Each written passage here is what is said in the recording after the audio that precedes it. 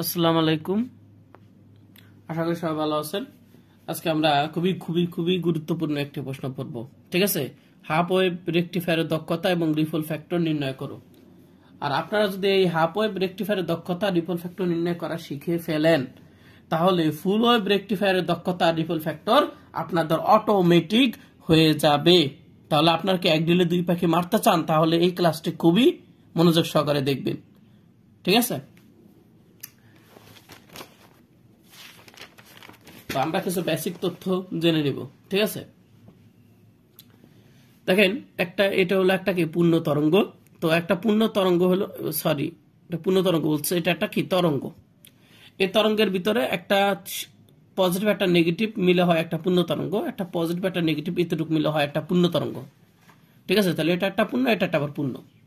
যদি আমরা যেহেতু আজকে হাফ ওয়েভ তরঙ্গ নিয়ে প্রশ্নটি সমাধান করবো, তাই আমি এটা হাফ ওয়েভ মানে কোনটা, এটা যদি হয় পূর্ণ ফুল ওয়েভ তরঙ্গ হয়, তাহলে হাফ ওয়েভ কোনটুকু, এতটুকু। আর এই এতটুকু দেখা যায় কি অর্ধচক্র। ঠিক আছে, আর এটাকে বলা হয় কি পজিটিভ, এটাকে হলো কি পজিটিভ, এটা হলো কি নেগেটিভ।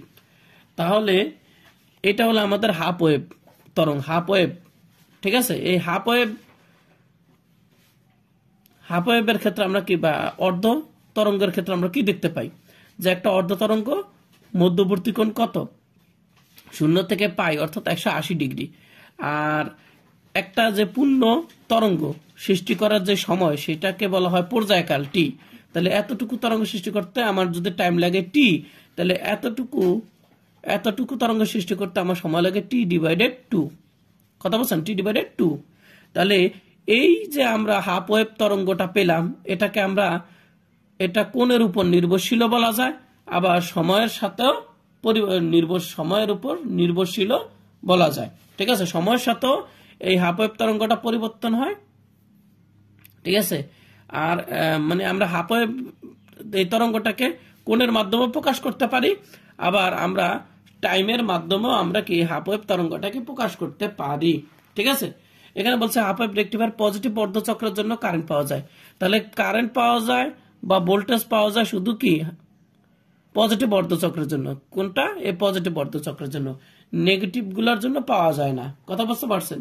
এজন্য বলা হয়েছে 0 থেকে পাই সীমা, 0 থেকে পাই সীমা মানে পজিটিভ অর্ধচক্র পাওয়া যাবে। আবার 2 পাই থেকে 3 পাই, যে 2 পাই থেকে 3 পাই সীমা ইত্যাদি, এই সীমার ভিতরে কি পাওয়া যাবে, এই সীমার ভিতরে আমরা পজিটিভ অর্ধচক্রের জন্য কারেন্ট পাবো, কারণ এটাও পজিটিভ অর্ধচক্র। এই 2 পাই থেকে 3 পাই সীমার ভিতরেও আমাদের পজিটিভ অর্ধচক্র। আশা করি বুঝতে পারছেন আপনারা। এবার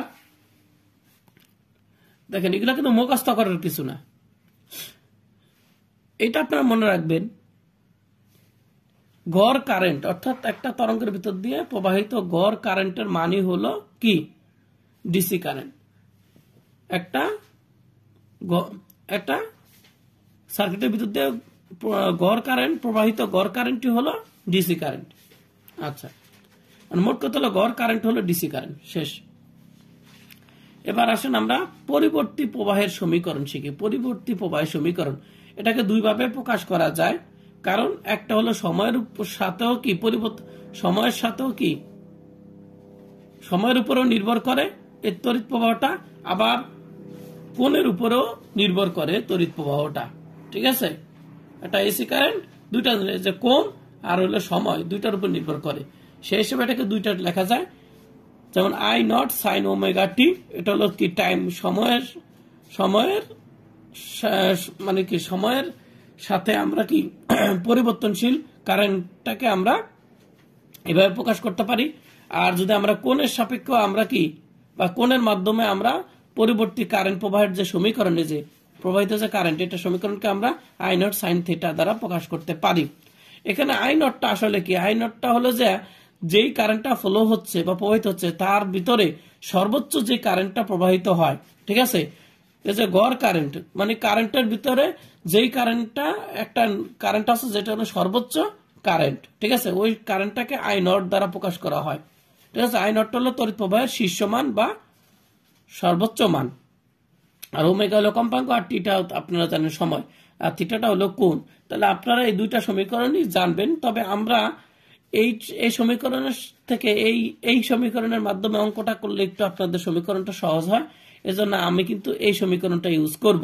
ঠিক আছে, কিন্তু আপনাদের এইটা আপনারাও দেখেছেন, এই সমীকরণটাকে এটা হয়তো বা দেখেন নাই, এটা আমরা ব্যবহার করব। আচ্ছা, এখন তড়িৎ প্রবাহের গড় মান, তড়িৎ প্রবাহের গড় মান অর্ধ তরঙ্গের জন্য, যেহেতু আমরা আজকে অর্ধ তরঙ্গের জন্য আমরা মনে করবো অর্ধ তরঙ্গেরটা জানা আগে জরুরি। তাহলে দেখেন তড়িৎ প্রবাহের গড় মান অর্ধ তরঙ্গের জন্য সেটা বের করে, যে গড় মান কি, যে আই এর উপরে কি দিছে, এখানে একটা বার চিহ্ন দিছি, এটা মানে বুঝায় এই তড়িৎ প্রবাহের গড় মান বুঝায়। আর এটা বের করার সূত্র হলো এইটা 1/2 পাই, আর ইন্টিগ্রেশন করতে হবে 0 থেকে পাই সীমার ভিতরে। এখন কত হলো 0 থেকে পাই সীমা, কেন এইটাই তো আপনারা বুঝতে পারতেন না। এটা বোঝানোর জন্যই দেখেন, যেহেতু অর্ধ তরঙ্গ বলা হচ্ছে, আমরা অর্ধ তরঙ্গ কতটুকু, এই যে এতটুকু, তাহলে এতটুকু তরঙ্গ, এই হাফ ওয়েভ তরঙ্গ সৃষ্টি হয়েছে কোথা থেকে, 0 থেকে পাই সীমার ভিতরে আমরা পেয়েছি, আবার 2 পাই থেকে 3 পাই এর ভিতরে পাবো। তো আমাদের দুইটা দরকার নেই, আমাদের যে কোনো একটা সীমা নিলেই হবে, 0 থেকে পাই। ঠিক আছে, 0 থেকে পাই, তাহলে 0 থেকে পাই সীমার ভিতরে আমরা কি পাই, অর্ধ তরঙ্গ পাই। ঠিক আছে, আবার কেউ যদি 2 পাই থেকে 3 পাইও দেন, যে 2 পাই থেকে 3 পাই, তাহলে কিন্তু হবে না তা না, কিন্তু আমি সুবিধার্থে, ক্যালকুলেশন সুবিধার্থে আমি কিন্তু 0 থেকে পাইটাই নিয়েছি, মানে যেটা আপনাদের ইউজ করতেছে সেটা মনে করবেন আপনাদের ভালোর জন্যই করতেছে, যাতে সহজ হয়।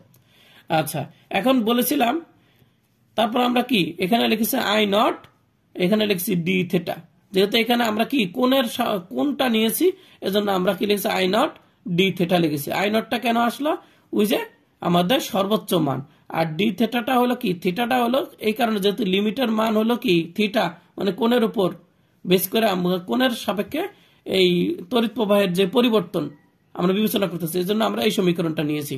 ঠিক আছে, আচ্ছা, কেউ যদি চায় যে না আমরা যে এখানে আই নট, এখানে এই যে ডিটি দিব, ঠিক আছে, অনেকে দেখবেন যে সমীকরণটা এখানে ডিটি আছে, অর্থাৎ সময় সাপেক্ষে, তখন কিন্তু এইটাও আবার চেঞ্জ হয়ে যাবে, মানে এইটাও কিন্তু আবার চেঞ্জ হয়ে যাবে, যেমন আই বার এটাও কিন্তু আছে সমীকরণ। অনেকে আবার এই যে কেউ যদি চায় যে আমি সময় সাপেক্ষটা করবো, তাহলে কিন্তু সময়টা হবে কত, সময়টা ছিল কত 0, এই যে সময়টা 0 থেকে কত t/2, এই যে t/2 অর্ধ পর্যায়কাল সময় একটা অর্ধ তরঙ্গ সৃষ্টি করছে, তাহলে এটা আমরা বলতে 0 থেকে t/2, তখন এই যে আই নট ঠিকই হবে, কিন্তু এখানে থিটার সাপেক্ষে পরিবর্তন হয়েছে কারেন্টটা, থিটার সাপেক্ষে, আর এখানে যদি আমরা টাইমের সাপেক্ষে দেন, যেহেতু আমি টাইমের লিমিট ধরেছি, তাহলে এখানে ডিটি দিতে হবে। তাহলে এটা সঠিক, এটাও কিন্তু সঠিক, যেমন এটা সঠিক, এটা সঠিক, সমীকরণ দুটো সঠিক। তাই আমি বলেছি আমি এইটা ইউজ করব, মানে যে কোনটা, এটা কিন্তু আমি ইউজ করব, আর এগুলো আপনাদের দিয়ে দিচ্ছি। ঠিক আছে, এগুলো আপনার বর্তমানে, কিন্তু এইটা আপনাদের মুখস্থ রাখবেন। তাহলে এই সমীকরণটা আপনার মুখস্থ রাখবেন, এইটা, ঠিক আছে, এইটা মুখস্থ রাখবেন, আর এইটা মুখস্থ রাখবেন। ঠিক আছে, এইটা মুখস্থ রাখবেন, এগুলো আপনাদের দিয়ে দিচ্ছি, কারণ অনেকে আবার যাতে তাদের যে বেসিকটা ক্লিয়ার হয়ে যায়, কারণ কোন সময় যদি এইটা আসে, তখন আবার বলবেন যে এইটা কিভাবে আসলো। এরপর দেখেন তড়িৎ প্রবাহের গড় মান বা পূর্ণ তরঙ্গের জন্য, এটা আমরা তড়িৎ প্রবাহের গড় মান অর্ধ তরঙ্গের জন্য পেয়েছি, এখন তড়িৎ প্রবাহের গড় মান আমরা পূর্ণ তরঙ্গের জন্য কিরকম পাবো।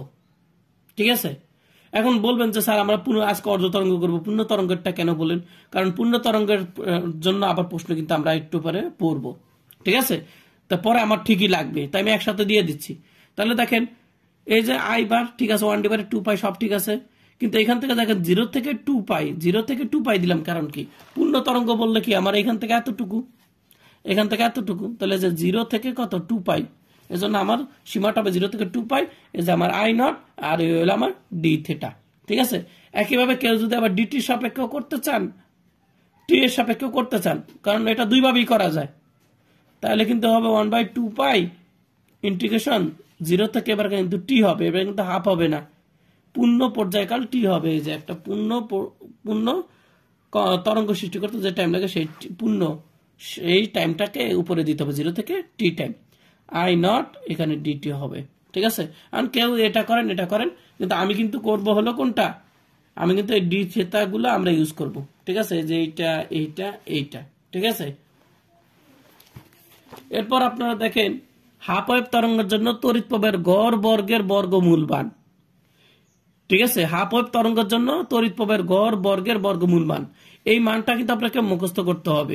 ঠিক আছে, এটা যদি আমি বের করে পরীক্ষার হলে করতে যাই তাহলে কিন্তু অনেক টাইম লাগবে, এবং বইগুলো তো এটা ডাইরেক্ট দিয়ে দিচ্ছে, তাই এটা মুখস্থ রাখবেন। এটা কি রাখবেন? মুখস্থ রাখবেন। তারপর দেখেন ফুল ওয়েভ তরঙ্গের জন্য তড়িৎ প্রবাহের গড় বর্গের বর্গমূল মান, এটাও কিন্তু মুখস্থ রাখবেন। এটাও কি রাখবেন? মুখস্থ রাখবেন। তাহলে আমরা এই হাফ ওয়েভ তরঙ্গের জন্য আই আর এম এস মান আর ফুল ওয়েভ তরঙ্গের জন্য আই আর এম এস মান আমরা কি মুখস্থ রাখবো, এটা। ঠিক আছে, এরপর দেখেন আমরা রেকটিফায়ার কি বার করবো? দক্ষতা বার করব। সেটা এসি হোক আর হাফ ওয়েভ তরঙ্গ বলুক আর হলো ফুল ওয়েভ বলুক। ডিসি রেকটিফায়ার দক্ষতা কাকে বলে? ডিসি পাওয়ার আউটপুট মানে রেকটিফায়ার থেকে যে পরিমাণ আমরা ডিসি পাওয়ারটা পাই, যে আউটপুট হিসেবে পাই সেইটা, এবং প্রযুক্ত আমরা যেটা ওই রেকটিফায়ারে যে ইনপুট দিলাম যে এসি পাওয়ারটা, এই দুইজনের যেই পাওয়ার বা ক্ষমতার যে অনুপাত, এদেরকে বলা হয় ওই রেকটিফায়ারের দক্ষতা বলে। অর্থাৎ রেকটিফায়ার দক্ষতা ইটা ইকুয়াল টু ওই যে ডিসি পাওয়ার আর হলো এসি পাওয়ার। এটা হলো আউটপুট পাওয়ার, এটা হলো কি input power, input AC power আর হলো আউটপুট ডিসি পাওয়ার, এদের যে অনুপাত। আর দক্ষতাটাকে সাধারণত আমরা পার্সেন্টেজে প্রকাশ করার জন্য ইন্টু 100% দ্বারা আমরা গুণ করেছি। আরটা দেখেন ক্ষমতা হলো আবার আই স্কোয়ার আর। ক্ষমতা, এই যে ক্ষমতা আমরা বের করার সময় আবার আমরা কিভাবে বের করব সেটা আবার দেখবো আই স্কোয়ার আর। এই জন্য আমি ক্ষমতা সমান আই স্কোয়ার আর দিয়ে দিয়েছি, মানে এই সূত্রটা আপনাদের মুখস্থ রাখতে হবে। ঠিক আছে, ক্ষমতা হলো আই স্কোয়ার আর। তাহলে আপনার এই তথ্যগুলো জানলে, যে আমি 12 মিনিটের মতো আমি তো এই যে বেসিক তথ্যগুলো আপনাকে বুঝালাম, আপনি বিরক্ত হতে পারেন। ঠিক আছে, কিন্তু বিরক্ত হলেও কিন্তু কিছু করার নেই।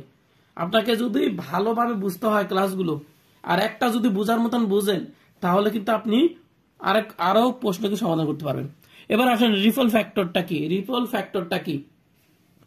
আমরা জানি রেকটিফায়ারের কাজ হলো এসি কারেন্টকে ডিসি কারেন্ট হিসেবে আউটপুট হিসেবে বের করে দেয়। এসি কারেন্ট আমরা ইনপুটে দিই আর আউটপুট হিসেবে আমরা ডিসি কারেন্ট পাই।